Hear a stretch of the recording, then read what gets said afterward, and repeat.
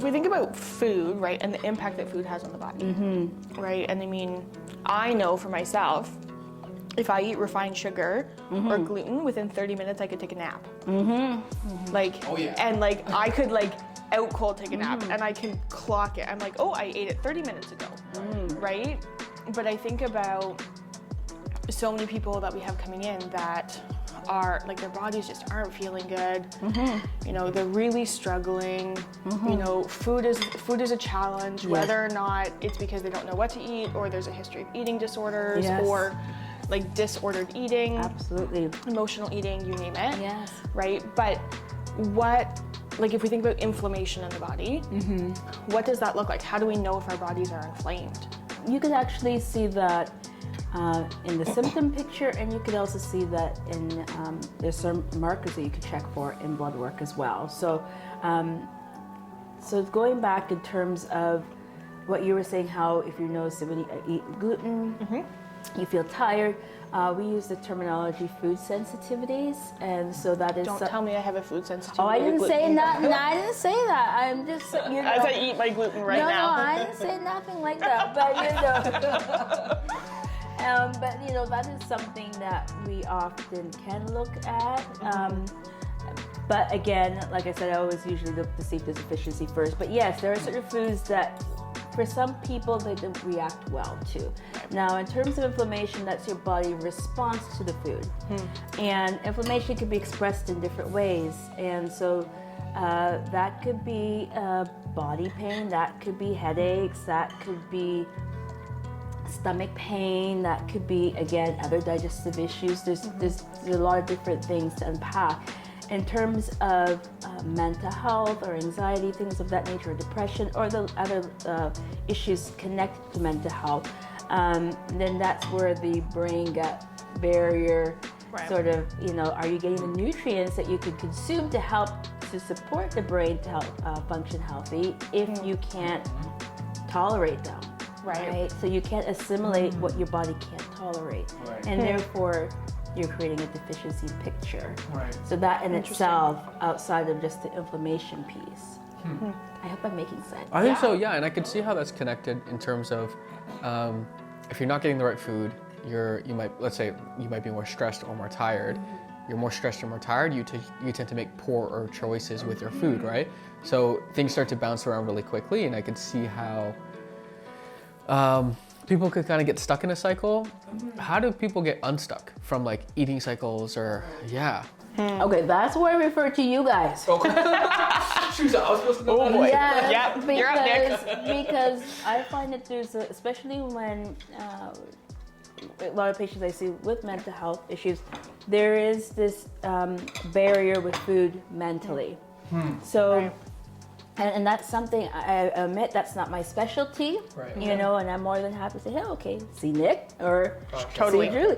But at the end of the day, you know, there are people who have, like I said, emotional eating. Some people don't have an appetite when they're stressed, you know, and those issues need to be unpacked in a way that, you know, we'll find at the root, okay, what's triggering it and how can they better cope. You know, with dealing with those emotions. Totally. So like for you, Nick, I'm gonna put you on the spot for a second. When you find that you're stressed, what does your eating change? Does your relationship with food change in any way? Yes. So I would say, you can say pass if you don't want to answer. No, that's fine. Yeah, no, I think my eating changes in that I tend to snack a lot more. But I'm also, I guess I'm not too sure if I'm just always stressed or if I always like carbs. That's the other piece too, right? So I feel like I'm not really a dessert person, but I'm always down for French fries. So I feel like that's kind of a little bit of a craving. And then I think there's definitely been times in my life where I noticed if I'm stressed over a long period of time, I'll be like, oh, let me have a drink or two, like, and just take the edge off or whatever. And that so I think maybe I can tie it more closely to alcohol than, let's say, like a particular kind of food, I would say.